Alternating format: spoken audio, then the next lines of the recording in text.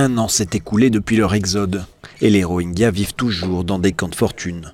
Suite à la répression de l'armée birmane que l'ONU a qualifiée de nettoyage ethnique, 700 000 d'entre eux ont fui vers le Bangladesh voisin. Malgré un accord qui prévoyait leur retour dans leur pays d'origine il y a presque 8 mois, rien n'a changé. À peine 200 d'entre eux ont été rapatriés.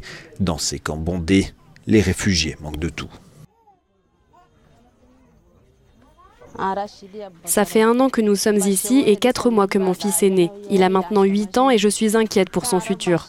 Si l'on nous renvoie en Birmanie, qu'est-ce qui se passera? Nous sommes effrayés.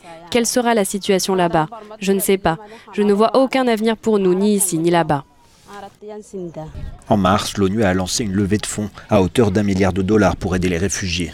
Mais jusqu'ici, seul un tiers a été récolté. Dans leur fuite, les Rohingyas ont souvent tout abandonné. Leurs terres et leurs maisons ont été soit détruites, soit réquisitionnées. Dans ces conditions, un retour est inenvisageable, d'autant que la crainte de nouvelles violences est dans tous les esprits. Le plus important, c'est que les gens soient en sécurité quand ils reviennent.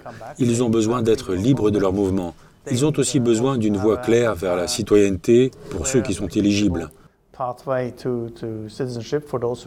En fait, quand ils rentreront, il faut qu'ils puissent exister comme des personnes normales.